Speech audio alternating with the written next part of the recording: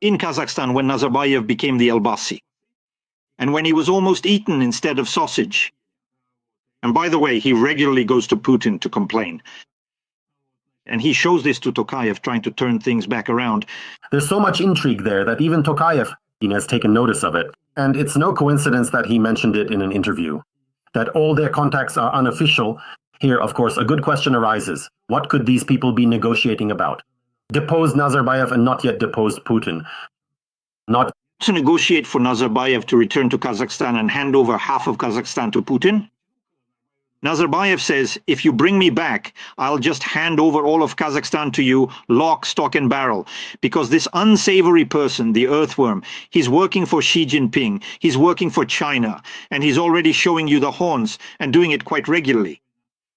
In other words, there's a real intrigue going on there. You see, Alexei and dear viewers, as soon as we get fixated for a while on, say, some Latin American country, we end up missing out on a huge number of interesting things.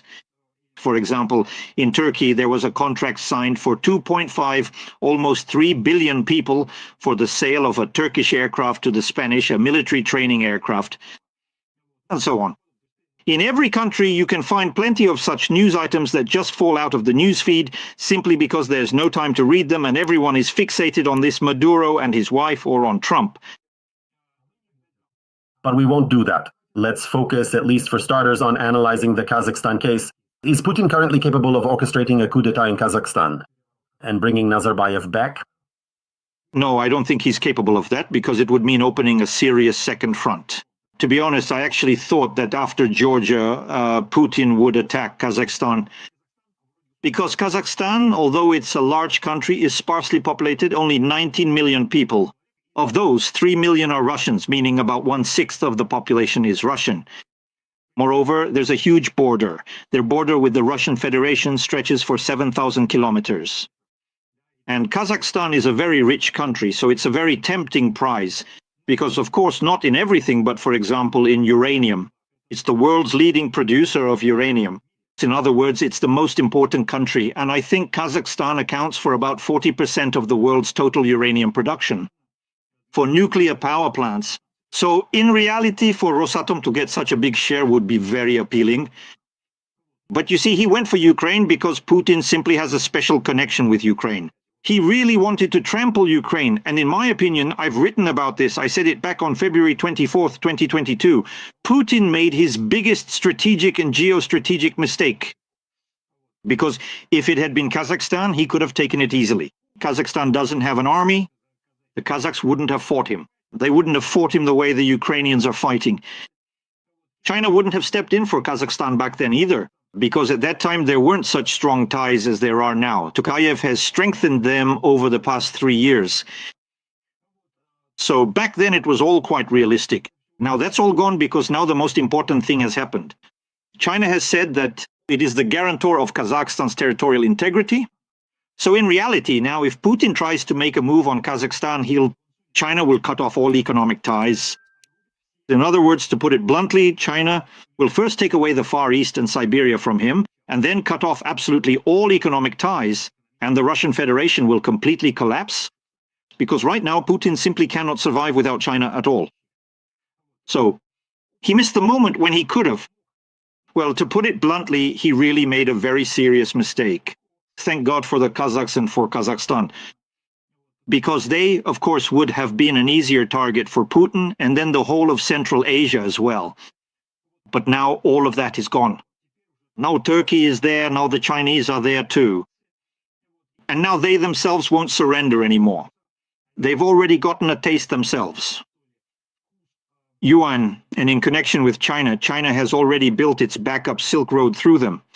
And now for China, this is absolutely a strategic territory that it will not give up under any circumstances. Then you might wonder, why is he so concerned? Why air all this dirty laundry?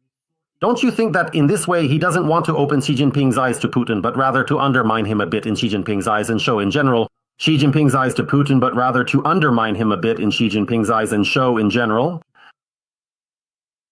I think yes, of course. But no, when he gave this interview, it wasn't for Xi Jinping. He can just call Xi Jinping directly. He has his direct number. That is, they talk every day. He even speaks Chinese. He's a sinologist.